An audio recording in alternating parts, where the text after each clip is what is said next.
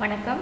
Green apple சேனலில் இன்றைக்கி நாம் 7ஆம் வகுப்பு இயல் 1ல் உள்ள கணித மேதை ராமானுஜம் லெசன் பார்க்க போகிறோம்.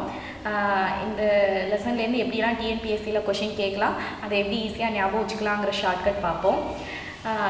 இந்த லெசனை பொறுத்த வரைக்கும் ஃபர்ஸ்ட் டைமாக இந்த லெசன் படிக்கிறவங்களுக்கு கண்டிப்பாக கஷ்டமாக இருக்கும். ஏன்னா நிறையா பேர்கள் வரும், நிறையா வருஷம் வரும். இப்போ லெசன் கொஞ்சம் பெருசாக இருக்க மாதிரி இருக்கும்.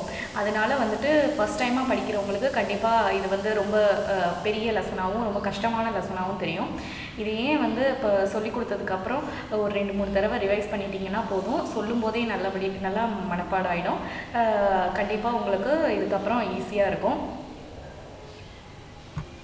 கிரீன் ஆப்பிள் சேனலில் அப்லோட் பண்ண மற்ற வீடியோஸ் எல்லாம் பார்க்கணுன்னு நினச்சிங்கன்னா கீழே டிஸ்கிரிப்ஷனில் லிங்க் இருக்குது, பாருங்கள். இந்த லெசனில் பார்த்தீங்கன்னா ஃபஸ்ட்டு கொஞ்சம் கதை மாதிரி வரும், அடுத்து தான் கொஷின்ஸ் வரும். ஃபஸ்ட்டு இதில் என்ன கொடுத்துருப்பாங்கன்னா, கணித மேதை என போற்றப்படும் ராமானுஜம். இதுவே ஒரு கொஷின் தான். கணித மேதை என அழைக்கப்படுபவர், கணிதம் சம்மந்தமாக உள்ள 4 ஆப்ஷன் கொடுக்கலாம், அதனால் ஞாபகம் வச்சுக்கோங்க. கணித மேதைன்னு அழைக்கப்படுபவர் ராமானுஜம். அடுத்து இவர் ஈரோட்டில் வாழ்ந்து சீனிவாசன் கோமளம் இணையாருக்கு 1887 பிறந்தார். இவர் பிறந்த ஊர் ஈரோடு தான். இதில் மொத்தம் எத்தனை ஊர் கொடுத்துருப்பாங்கன்னா, ஈரோடு கொடுத்துருப்பாங்க, அப்புறம் காஞ்சிபுரம் வரும், அப்புறமேலுக்கு கும்பகோணம் வரும், அப்புறம் சென்னை வரும், அப்புறம் வெளிநாடு லண்டன் அந்த மாதிரி வரும். நீங்கள் ஃபஸ்ட்டு தமிழ்நாட்டில் உள்ள ஊர்லேயே பார்த்தீங்கன்னா ஈரோடு, காஞ்சிபுரம், கும்பகோணம், சென்னை வரும். அதனால் பிறந்த ஊர், அவர் எங்கே படித்தார், எங்கே வேலை பார்க்குறாருங்கிற ஊரெல்லாம் கரெக்டாக ஞாபகம் வச்சுக்கோங்க. ஏன்னா ஊரில் குழப்பம் கண்டிப்பாக இந்த லெசனில் ஏற்படும். அவர் பிறந்த ஊர் ஈரோடு. அப்பா அம்மா பேர் சீனிவாசன் கோமளம். அவர் பிறந்த வருஷம் 1887. மொத்தம் 33 வயசு வரைக்கும் தான் அவர் இருப்பார். அதனால் 33 கூட்டிங்கன்னா 1920 வரும். ஒரு ஹோல் நம்பராக வரும். 3 போய் இது பண்ணுற மாதிரி இருக்கும்.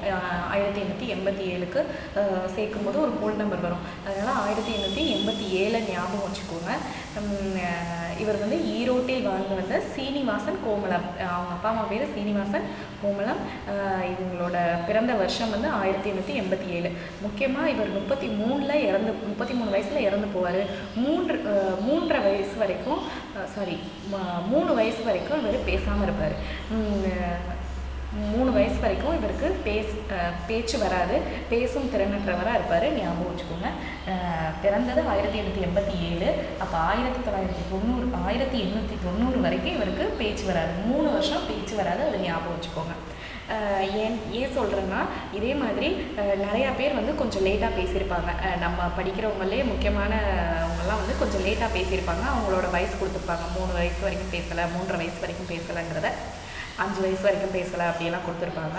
அதனால் குழப்பம் ஏற்படக்கூடாதுங்கிறதுக்காக இப்போ ராமானுஜத்தை தான் நம்ம படிக்கிறோங்கிறதுனால இவர் 3 வயசு வரைக்கும் பேசலைங்கிறத ஞாபகம் வச்சுக்கோங்க. அடுத்து இவர் பேசும் திறனற்றவராக இருக்கிறதுனால அவங்க அப்பா அம்மா என்ன நினைப்பாங்கன்னா, இவரை கொண்டு போய் பள்ளியில் சேர்த்தா பிற மாணவர்களோடு சேர்ந்து பழகும்போது நல்லா பேச்சு வரும் அப்படின்னு ஒரு நம்பிக்கை வச்சு கொண்டு போய் என்ன பண்ணுவாங்கன்னா, தந்தையார் வாழ்ந்த, அதாவது கோமளத்தோட தந்தையார் வாழ்ந்த காஞ்சிபுரத்தில் கொண்டு போய் சேர்ப்பாங்க. திண்ணை பள்ளி ஒன்றில் சேர்ப்பாங்க. அப்போ தாய் வழி தாத்தா வீட்டுக்கு இவர் போவார். காஞ்சிபுரத்தில் திண்ணை பள்ளியில் பள்ளி ஒன்றில் சேர்வார். திண்ணை பள்ளியில் உட்காந்து காஞ்சி போய் படிப்பார். திண்ணை பள்ளியில் உட்காந்து காஞ்சி போய் படிப்பார். அதே மாதிரி அவங்க அப்பா அம்மா நினச்ச மாதிரியே ராமானுஜமும் என்ன பண்ணுவார், பேச ஆரம்பிச்சிருவார். அவ்வளோதான் இந்த ஃபர்ஸ்ட் பேஜில். கணித மேதை என்று அழைக்கப்படுபவர் ராமானுஜம். பிறந்த ஊர் ஈரோடு. பெற்றோர் பேர் சீனிவாசன் கோமளம். பிறந்த வருஷம் 1887. 3 வயசு வரைக்கும் பேச மாட்டார். அந்த 3 கூட்டுனா 1890 ஒரு ஹோல் நம்பர் வரும். அவர் இறந்ததும் 1920 ஒரு முழு நம்பராக வரும். அடுத்து தம் தந்தையார் வாழ்ந்து வந்த காஞ்சிபுரத்திலிருந்து திண்ணை பள்ளி ஒன்றில் சேர்த்தார். அவங்க அம்மா வழி தாத்தா காஞ்சிபுரத்தில் திண்ணையில் உட்காந்து படிப்பார். அப்புறம் பேச ஆரம்பிச்சிடுவார். காஞ்சிபுரத்தில் திண்ணையில் உட்காந்து காஞ்சி போய் படிப்பார் அப்படின்னு ஞாபகம் வச்சுக்கோங்க. இதான் ஃபஸ்ட் பேஜில் உள்ள கொஷின்ஸ். ஃபஸ்ட்டு இந்த லெசனில் உள்ளதெல்லாம் சொல்லிடுறேன். அடுத்து லாஸ்ட்டாக எல்லாத்தையும் ஒன்று ரிலேட் பண்ணி சொல்கிறேன். அடுத்து வந்து இவங்க என்ன பண்ணுவாங்க, கும்பகோணத்துக்கு அவங்க தாத்தா என்ன பண்ணுவார், அவர் வேலை செஞ்சுட்டு இருந்தது அந்த ஒரு அந்த பணி மாற்றம் ஏற்பட்டு அவர் வந்து கும்பகோணத்துக்கு இடம்பெயர்வார். காஞ்சிபுரத்துலேருந்து கும்பகோணத்துக்கு போவார். அப்போ ராமானுஜமும் என்ன பண்ணுவார், அங்கே ஃபஸ்ட்டு காஞ்சிபுரத்தில் படிச்சுட்டு இருந்தாரா, மறுபடியும் இவரும் கும்பகோணத்தில் வந்து படிக்க ஆரம்பிச்சிருவார். ஃபஸ்ட்டு எங்கே பிறப்பார், ஈரோட்டில் பிறப்பார். திண்ணைப்பள்ளி, காஞ்சிபுரத்தில் திண்ணைப்பள்ளியில் படிப்பார். அதுக்கப்புறம் மறுபடியும் எங்கே வருவார், கும்பகோணத்துக்கு வந்து படிப்பார். மறுபடியும் இதெல்லாம் கொஞ்சம் கதை மாதிரி இருக்கும். என்னென்னா தன்னோட ஆசிரியர்கிட்ட பூஜ்ஜியத்துக்கும் வந்து மதிப்பு இருக்குது அப்படின்னு சொல்லி வாதிடுவார். அவங்க ஆசிரியர் வந்து பூஜ்ஜியத்துக்கு மதிப்பு இல்லைன்னு சொல்லுவார். ஆனால் இவர் வந்து பூஜ்ஜியத்துக்கும் மதிப்பு இருக்குது அப்படிங்கிறத சொல்லுவார். இதன் மூலமாக என்ன சொல்லுவாங்கன்னா, அவர் சிறு வயதிலிருந்தே கணிதத்தில் திறமையாக இருந்தார் அப்படிங்கிறத தெரிவிப்பாங்க. அப்புறம் பார்த்திங்கன்னா, இவர் வந்து ஸ்கூலில் படிக்கும்போதே கல்லூரி மாணவர்களுக்கு கூட கணிதம் தொடர்பான டவுட்டெல்லாம் கிளியர் பண்ணுவார். ஸ்கூலில் படிக்கும்போதே கல்லூரி மாணவர்களுக்கு கூட கணிதம் தொடர்பான டவுட்டெல்லாம் கிளியர் பண்ணுவார். அதனால் இவரை வந்து யாரோட ஒப்பிடுறாங்கன்னா, 1880ஆம் ஆண்டு லண்டனில் இருந்த கார் அப்படிங்கிறவருக்கு 15 வயசுலேயே கணிதத்தில் சிறந்து விளங்குவார். 1880 லண்டனில் வாழ்ந்த கார்ங்கிறவர் 15 வயசுலேயே கணிதத்தில் சிறந்து விளங்குவார். அதே போல் ராமானுஜமும் சிறந்து விளங்கினார் அப்படின்னு ஒப்பிடுறாங்க. ராமானுஜத்தை யார் கூட ஒப்பிடுறாங்கன்னா, கார் அப்படிங்கிறவர் கூட ஒப்பிடுறாங்க. கார் எங்கே இருந்தார், லண்டனில் வாழ்ந்து வந்தார். அவர் எத்தனை வயசுலேயே கணிதத்தில் சிறந்து விளங்கினார், 15 வயசுலேயே கணிதத்தில் சிறந்து விளங்கினார். எந்த வருஷம் கொடுத்துருக்காங்கன்னா 1880ஆம் ஆண்டில் வாழ்ந்த அப்படிங்கிறது குறிப்பிட்டிருக்காங்க. ஞாபகம் வச்சுக்கோங்க. யார் கூட ஒப்பிடுறாங்க, கார் கூட ஒப்பிடுறாங்க, அதை ஞாபகம் வச்சுக்கோங்க. அடுத்து பார்த்திங்கன்னா, தந்தை சீனிவாசனின் முயற்சியால் சென்னை துறைமுகத்தில் எழுத்தர் பணியில் சேர்ந்தார். தந்தை சீனிவாசன் முயற்சியால் சென்னை துறைமுகத்தில் எழுத்தர் பணியில் சேர்ந்தார். திரும்ப அடுத்து வந்து சென்னைக்கு வராரு. சென்னை துறைமுகத்தில் தான் முதல்ல அவர் வேலைக்கு சேர்ந்தார். அவர் என்ன பண்ணுவார்னா, பட்டப்படிப்பில் வந்துட்டு ஸ்கூல் முடித்து பட்டப்படிப்பு படிக்கும்போது கணிதத்தில் திறமையாக இருந்தாலும் பிற பாடங்களில் கவனம் செலுத்தாமல் என்ன பண்ணிடுவார்னா ஃபெயில் ஆகிடுவார். அதனால வந்துட்டு தந்தையோட முயற்சியின் மூலமாக சென்னை துறைமுகத்தில் எழுத்தர் பணியில் சேர்த்து விடுவார். அடுத்தது சென்னைக்கு வந்துட்டார். ஃபஸ்ட்டு எங்கே படித்தார், பிறந்தது எங்கே, ஈரோட்டில் பிறந்தார். திண்ணைப்பள்ளி படித்தது காஞ்சிபுரம். அடுத்து அவரோட படிப்பு தொடர்ந்தது கும்பகோணம். அடுத்து வேலைக்கு வந்தது சென்னை. சென்னையில் வந்து எழுத்தர் பணியில் சேர்ந்துட்டார். அப்போ சென்னையில் எழுத்தர் பணியில் வேலை பார்த்துட்டு இருக்கும்போது, துறைமுகத்தில் வேலை பார்த்துட்டு இருக்கும்போது அவர் கண்டுபிடிச்ச தேற்றங்களையும் எடுகோள்களையும் வினாக்களாக தொகுத்து இந்திய கணித கழக பத்திரிகைக்கு சென்னை துறைமுகத்தின் தலைமை பொறியாளர் பிரான்சிஸ் ஸ்பிரிங் என்பவர் மூலம் அனுப்புவார். யார் மூலமாக அனுப்புகிறாரு, பிரான்சிஸ் ஸ்பிரிங் மூலமாக அனுப்புனா ஸ்பீடாக போகுமா, அதனால் ஸ்ப்ரிங் மூலமாக அனுப்புகிறாரு. இவர் பிரான்சிஸ் ஸ்ப்ரிங்கிறவர் யார், சென்னை துறைமுகத்தோட தலைமை பொறியாளர். அவர் தான் ஹெட்டு. அவர் வந்து ஸ்ப்ரிங்காக இருக்கிறதுனால ஸ்ப்ரிங் மூலமாக அனுப்புனா ஸ்பீடாக போகும்னு அவர் மூலமாக அனுப்புகிறாரு. என்ன அனுப்புகிறாரு, தான் கண்டுபிடிச்ச தேற்றங்களையும் எடுகோள்களையும் வினாக்களாக தொகுத்து இந்திய கணித கழக பத்திரிகைக்கு அனுப்புகிறாரு. இந்திய கணித கழக பத்திரிகைக்கு அனுப்புகிறாரு. பிரான்சிஸ் ஸ்ப்ரிங் மூலமாக அனுப்பிடுவாரா, அது என்ன ஆகும்னா, இவர் அனுப்பின ஸ்பீடுக்கு பெர்னௌலிஸ் எண்கள் என்ற தலைப்பில் கட்டுரையாக வெளிவந்துடும். அவரோட கட்டுரை வந்து பத்திரிகையில் வெளிவந்துடும். என்ன பேரில், பெர்னௌலிஸ் எண்கள். இதில் என்னென்ன பார்த்துக்கிறீங்கன்னா, இவர் வந்து எதுக்கு அனுப்புவார், இவரோட தேற்றங்கள் எடுகோள்களெல்லாம் இந்திய கணித கழக பத்திரிகைக்கு அனுப்புவார். இந்திய கணித கழக பத்திரிகைக்கு அனுப்புவார். யார் மூலமாக அனுப்புவார், பிரான்சிஸ் ஸ்ப்ரிங் மூலமாக அனுப்புவார். ஸ்ப்ரிங் மூலமாக ஸ்பீடாக போயிடும். அது போயிட்டு என்ன பேரில் கட்டுரையாக வெளிவரும், பெர்னௌலிஸ் எண்கள் அப்படிங்கிற தலைப்பில் வெளிவரும். இது வந்து கணித வல்லுநர்களிடையே மிகுந்த வரவேற்பை கிடைக்கும். இவருக்கு, ராமானுஜத்துக்கு இந்த கட்டுரை மூலமாக கணித வல்லுநர்களிடையே மிகுந்த வரவேற்பை கொடுக்கும். மறுபடியும் என்ன பண்ணிடுவார், இவர் ஊதியமில்லா விடுப்பு, அதாவது சம்பளமே இல்லாமல் விடுப்பு எடுத்துக்கிட்டு லீவ் எடுத்துகிட்டு சென்னை பல்கலைக்கழகத்தில் ஆராய்ச்சி மாணவராக சேருவார். சென்னைக்கு ஃபஸ்ட்டு வந்து எழுத்தர் பணியில் சேருவார். அடுத்து என்ன பண்ணுறாரு, சென்னை பல்கலைக்கழகத்தில் ஆராய்ச்சி மாணவராக சேருவார். சேர்ந்ததுக்கப்புறம் என்ன பண்ணுவார்னா, பண்ணுவார்னா, இவரோட ஆராய்ச்சி கண்டுபிடிப்பெல்லாம் என்ன பண்ணுவார், இங்கிலாந்தில் உள்ள கேம்பிரிட்ஜ் பல்கலைக்கழக பேராசிரியர் ஹார்ட்டி என்பவருக்கு கடிதமாக அனுப்புவார். இந்த ஹார்ட்டிங்கிறவர் முக்கியமானவர், ஏன்னா நிறைய இடத்துல வருவார். இவர் இங்கிலாந்தில் உள்ள கேம்பிரிட்ஜ் பல்கலைக்கழக பேராசிரியர். இவர் கேம்பிரிட்ஜ் பல்கலைக்கழக பேராசிரியர், ஞாபகம் வச்சுக்கோங்க. கேம்பிரிட்ஜ் பல்கலைக்கழகம்னா நம்ம ஏற்கனவே படித்தது என்ன ஞாபகம் வரும், நேரு எங்கே படித்தார், கேம்பிரிட்ஜ் பல்கலைக்கழகம், அதை ஞாபகம் வச்சுக்கோங்க. இவர் எங்கே அனுப்புகிறாரு, இங்கிலாந்தில் உள்ள கேம்பிரிட்ஜ் பல்கலைக்கழக பேராசிரியர் ஹார்ட்டிங்கிறவருக்கு கடிதமாக அனுப்புகிறாரு இவரோட ஆராய்ச்சிகளையெல்லாம். முதலில் அக்கடிதத்தை ஹார்ட்டி பொருட்படுத்தவில்லை. ஹார்ட்டி என்ன பண்ணுறாரு, ஹார்ட்டே இல்லாமல் பொருட்படுத்தாமல் விட்டுடுறாரு. அதுக்கப்புறம் பார்த்துட்டு திரும்ப லண்டனுக்கு ராமானுஜத்தை கூப்பிடணும் அப்படின்னு சொல்லி அழைக்க முற்படுவார். எப்படி அவரை தெரிவிப்பார்னா, அவர்கிட்ட ட்ரினிட்டி கல்லூரி, கேம்பிரிட்ஜ் பல்கலைக்கழகத்தோடு இணைஞ்சது தான் இந்த ட்ரினிட்டி கல்லூரி. அதில் உள்ள பேராசிரியர் E.H. நெவில் அப்படிங்கிறவர் நெடுதொலைவு பயணம் செஞ்சு சென்னை பல்கலைக்கழகத்துக்கு சொற்பொழிவாற்ற வருவார். நெவில் நெடுதூரம் பயணம் செஞ்சு சென்னை பல்கலைக்கழகத்துக்கு சொற்பொழிவாற்ற வருவார். அவர் மூலியமாக சொல்லி அனுப்புவார், இந்த மாதிரி ராமானுஜத்தை வரவழைக்கிறத சொல்லி அனுப்புவார். அவர் போய் ராமானுஜத்திட்ட சொன்னோன்னே ராமானுஜமும் இங்கிலாந்து செல்ல முடிவெடுப்பார். ஃபஸ்ட்டு என்ன பண்ணுறாரு, இவர் சென்னையில் அந்த அவருடைய கட்டுரை பெர்னௌலிஸ் எண்கள்ங்கிறது வெளிவந்ததுக்கப்புறம் நல்ல வரவேற்பு கிடைச்சோன்னே இவர் என்ன பண்ணுறாரு, சென்னை பல்கலைக்கழகத்தில் ஆராய்ச்சி மாணவராக சேருவார். சேர்ந்ததுக்கப்புறம் தன்னுடைய ஆராய்ச்சியை யாருக்கு அனுப்புவார், இங்கிலாந்து பல்கலைக்கழக பேராசிரியர் ஹார்ட்டிங்கிறவருக்கு அனுப்புகிறாரு. ஹார்ட்டே இல்லாமல் பொருட்படுத்தலை. மறுபடியும் என்ன பண்ணுறாரு, கொஞ்சம் யோசிச்சு யார்கிட்ட சொல்லி அனுப்புகிறாரு, வர சொல்லி நெவில், E.H. நெவில் அப்படிங்கிறவர்கிட்ட சொல்லி அனுப்புகிறாரு. நெவில் எதுக்கு சென்னை வராரு, சென்னை பல்கலைக்கழகத்தில் இவர் படிக்கிறாரு, ஆராய்ச்சி மாணவராக இருக்கார் இல்லையா, அந்த சென்னை பல்கலைக்கழகத்துக்கு சொற்பொழிவாற்ற வருவார். அவர்கிட்ட சொல்லி அனுப்புவார். திரும்ப அப்புறமேலுக்கு என்ன பண்ணுவார், 1914 இந்த வருஷத்தை ஞாபகம் வச்சுக்கோங்க, 14 லண்டனுக்கு போவார். இவர் நெவில்ஸ் சொன்ன உடனே அவரை வரவேற்க காத்திருந்த மேதைகளை கூட்டத்தை கண்டு அவர் வியந்தார். ட்ரினிட்டி கல்லூரியில் ஆராய்ச்சி மாணவராக 1914 சேருவார். எப்போ சேர்வார், 14 இவர் போவார். 14 போயிட்டு 14லேயே என்ன பண்ணுறாரு, ட்ரினிட்டி கல்லூரியில் ஆராய்ச்சி மாணவராக சேருவார். ஞாபகம் வச்சுக்கோங்க, ட்ரினிட்டி கல்லூரியில் சேருவார்.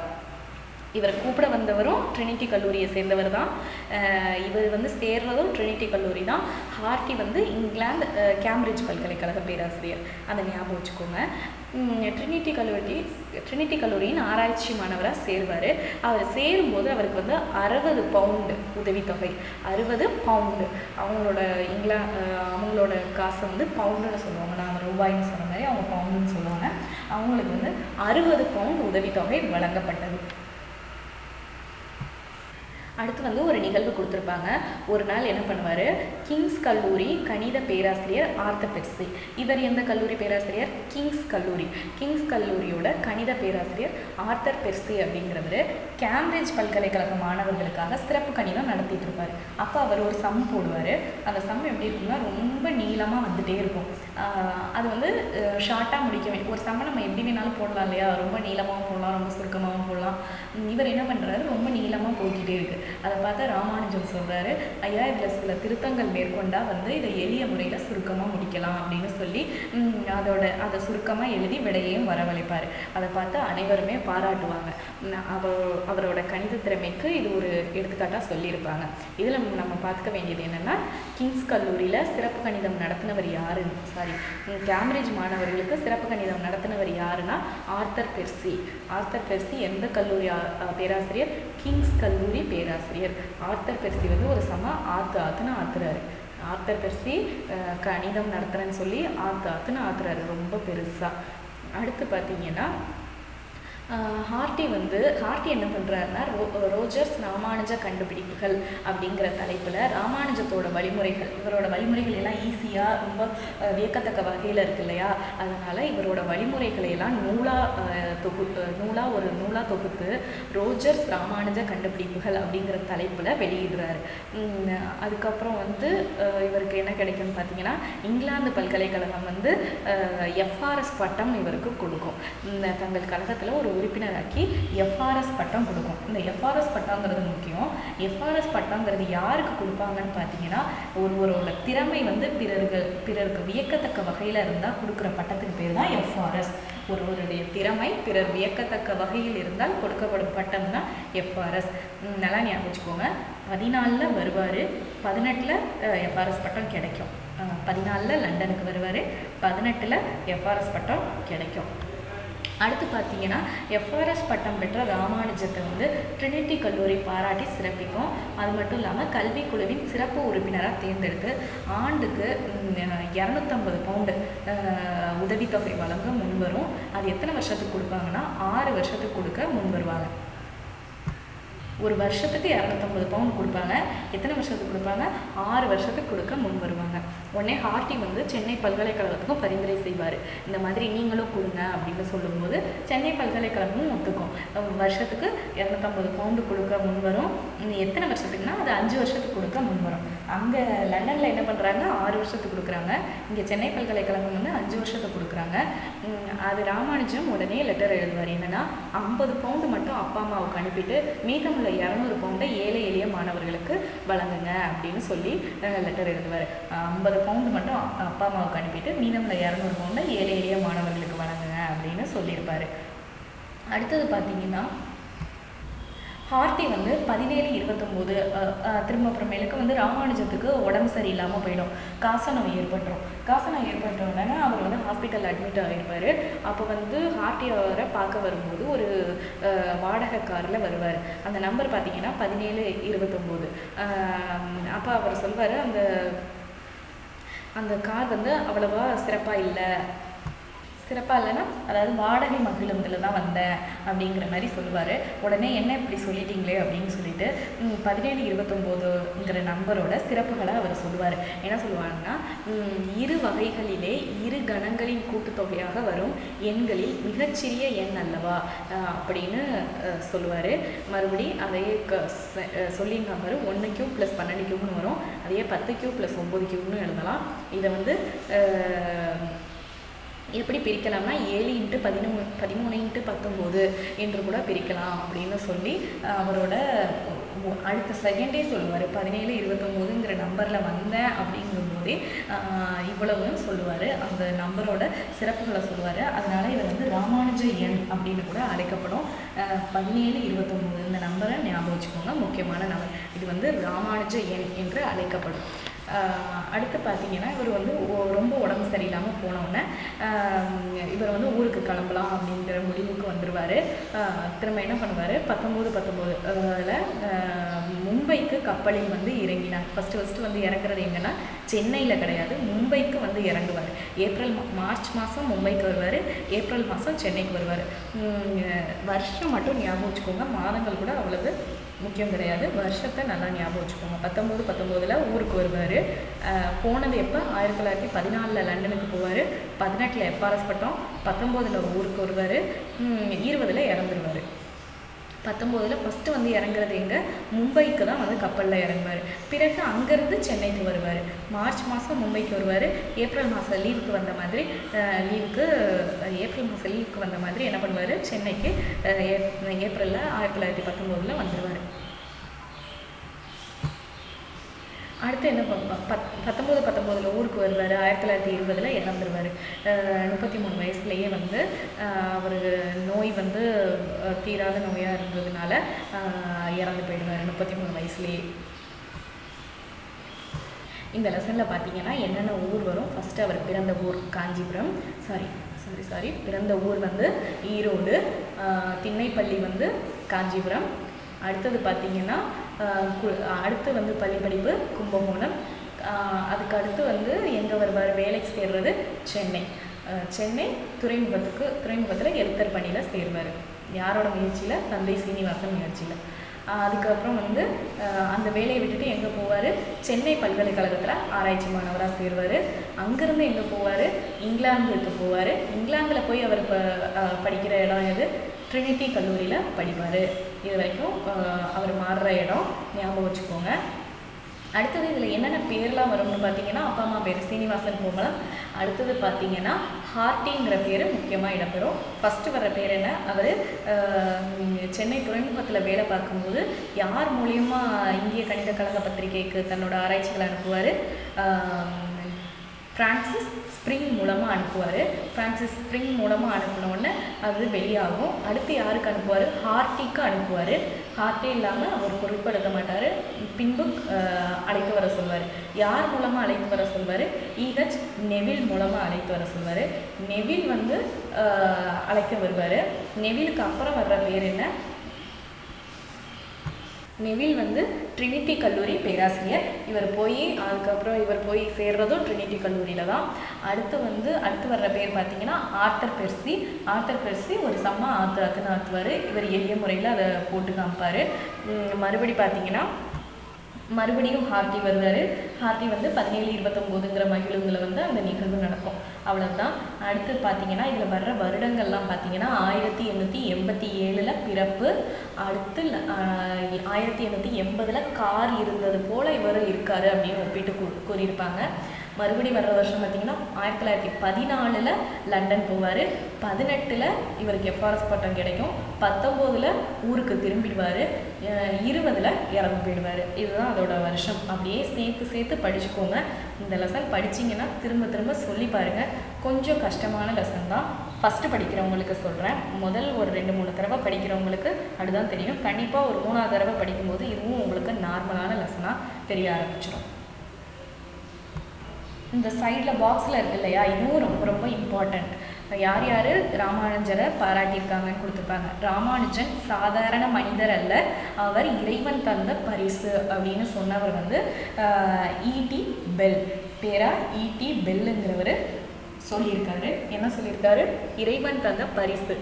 கிறிஸ்மஸ்க்கெல்லாம் என்ன பண்ணுவாங்கன்னா பெல் அடித்து கதவை தட்டி பரிசு கொடுப்பாங்க. அந்த மாதிரி ஞாபகம் வச்சுக்கோங்க. பெல் அடிச்சுட்டு பரிசு கொடுக்குறாங்க. இறைவன் தந்த பரிசுன்னா பெல்லு ஞாபகம் வரணும். பரிசுன்னு சொன்னவர் வந்து பெல். அடுத்து வந்து ராமானுஜன் முதல் தரமான கணித மேதை அப்படின்னு சொன்னவர் லண்டன் ஆளுநர் லார்ட்மென் லண்ட். லண்டன் ஆளுநர் லார்ட்மென் லண்ட். முதல் தரம்னா என்ன, ஃபஸ்ட் ரேங்க்னு சொல்கிறாரு. ஸோ ஃபஸ்ட் ரேங்க்குட்டு லட்டு கொடுக்குறாங்க. லார்ட்மென் லண்ட் லட்டு கொடுக்குறாங்க ஃபஸ்ட் ரேங்க்குன்னு சொல்லிட்டு. யார், லண்டன் ஆளுநர் லார்ட்மென் லண்ட். ராமானுஜம் முதல் தரமான கணித மேதைன்னு சொன்னவர் லண்டன் ஆளுநர் லார்ட்மென் லண்ட். முதல் தரம்னா என்ன, ஃபஸ்ட் ரேங்க்குன்ட்டு லட்டு கொடுக்குறாங்க. அடுத்தது பார்த்தீங்கன்னா ராமானுஜம் தான் இந்த 20ஆம் நூற்றாண்டின் மிகப்பெரிய கணித மேதை அப்படின்னு சொன்னவர் வந்து பேராசிரியர் சூலியன் கக்சுலி அப்படிங்கிறது. சூலியன்கிறது சூரியன் ஞாபகம் வச்சுக்கோங்க. மிகப்பெரிய கணித மேதைன்னு சொல்லியிருக்காரு. அப்போ மிக பெருசாக இருக்கிறது சூரியன். அந்த சூரியனே என்ன சொல்லுது, மிகப்பெரிய கணித மேதைன்னு சொல்கிறாரு அப்படின்னு ஞாபகம் வச்சுக்கோங்க. அந்த சைடில் உள்ள பாக்ஸில் உள்ளது ரொம்ப இம்பார்ட்டன்ட். அடுத்தது பார்த்தீங்கன்னா ஆய்லராக இல்லாவிட்டாலும் ராமானுஜம் குறைந்தபட்சம் ஒரு ஜாக்கோபி அப்படின்னு சொன்னவர் லிட்டில் வுட். ஆய்லராக இல்லாவிட்டாலும் ராமானுஜம் குறைந்தபட்சம், அதாவது ரொம்ப சின்ன அளவில் சொல்கிறாரு. குறைஞ்சபட்சம் ஒரு ஜாக்கோபியாவது, சின்னதாக சொல்கிறாரு. அப்போ லிட்டில்ங்கிறவர் சின்னதாக, குறைந்தபட்சம்ங்கிற வார்த்தையை வச்சு ஞாபகம் வச்சுக்கோங்க. ஆய்லராக இல்லாவிட்டாலும் ராமானுஜம் குறைந்தபட்சம் லிட்டிலாக சொல்கிறாரு, லிட்டில் வுட் அப்படிங்கிறவர். இதில் ஆய்லராக இல்லைனாலும் ஜாக்கோபின்னு சொல்லியிருக்காங்களா. அப்போ ஆய்லர்னா யார், ஜாக்கோபினா யாருங்கிறத கொடுத்துருக்காங்க. ஆய்லருங்கிறவர் வந்து சுவிட்சர்லாந்து நாட்டை சேர்ந்த 18ஆம் நூற்றாண்டின் இணையற்ற கணித மேதை. ஜாக்கோபிங்கிறவர் 19ஆம் நூற்றாண்டின் ஜெர்மனியில் வாழ்ந்த கணித மேதை. ஞாபகம் வச்சுக்கோங்க.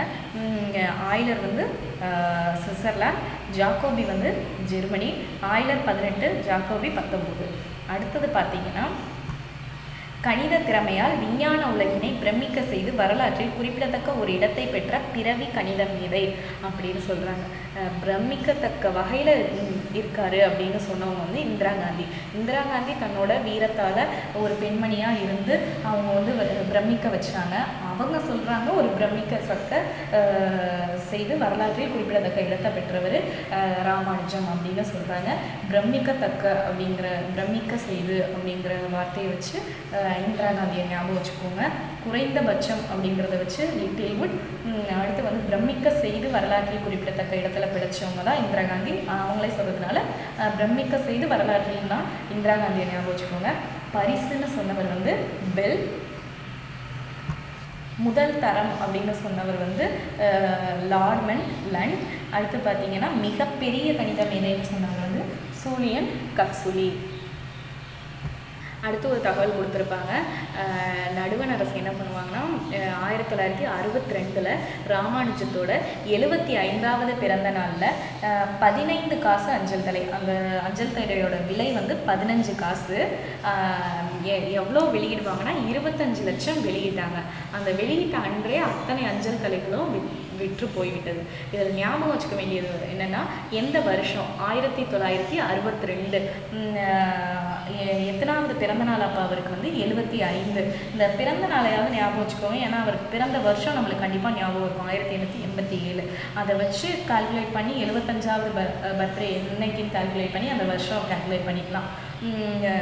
அவருக்கு எத்தனை காசு வந்து கம்மி, வெளியிட்ட அஞ்சல் தலை அதிகம் அப்படின்னு ஞாபகம் வச்சுக்கோங்க. காசு எவ்வளவு? 15 காசு. வெளியிட்ட எண்ணிக்கை வந்து 25 லட்சம். 15 25 இதை அப்படியே மாற்றி கூட கொடுக்கலாம். 25 காசு மதிப்புள்ள அஞ்சல் தலையை 15 லட்சம் வெளியிட்டாங்க அப்படின்னு சொன்னால் தவறு. காசு கம்மி, வெளியிட்ட அஞ்சல் தலைகள் அவ்வளோ அதிகம். இருந்தாலும் அது அத்தனையும் என்ன ஆயிடுச்சு? விற்று போய்விட்டது, தீர்ந்து விட்டது. அந்த ஒரே நாளில் தீர்ந்துருச்சு. ஞாபகம் வச்சுக்கோங்க, இதுவும் முக்கியமான ஒன்று. கண்டிப்பாக இந்த லெசனை இன்றைக்கே படிச்சிருங்க, நல்லா ஞாபகம் இருக்கும். நிறைய பேர் சொல்லியிருக்கீங்க இந்த மாதிரி அன்னன்னைக்கே அந்த லெசன் படிக்கிறோன்னு. அதனால் இந்த லெசனையும் படிச்சுக்கோங்க, உங்களுக்கு யூஸ்ஃபுல்லாக இருந்திருக்கும்னு நினைக்கிறேன். இந்த வீடியோ உங்களுக்கு பிடிச்சிருந்தால் லைக் பண்ணுங்கள், கமெண்ட் பண்ணுங்கள், மறக்காமல் ஷேர் பண்ணுங்கள். உங்களோட கமெண்ட்ஸ் வந்து ரொம்ப முக்கியம். ஒவ்வொரு லெசனுக்கும் எப்படி இருக்குது அப்படிங்கிறத சொன்னீங்கன்னா தான் அடுத்தடுத்த லெசன் வந்து போடும்போது யூஸ்ஃபுல்லாக இருக்குது. ரொம்ப ரொம்ப தேங்க்ஸ். கமெண்ட் பண்ணுற அனைவருக்கும் தேங்க்ஸ். க்ரீன் ஆப்பிள் சேனலை சப்ஸ்கிரைப் பண்ணாதவங்க கீழே உள்ள ரெட் கலர் சப்ஸ்கிரைப் பட்டனை கிளிக் பண்ணி சப்ஸ்கிரைப் பண்ணிக்கோங்க. கூடவே இருக்க பெல் பட்டனையும் மறக்காமல் கிளிக் பண்ணிக்கோங்க. தேங்க்ஸ் ஃபார் வாட்சிங்.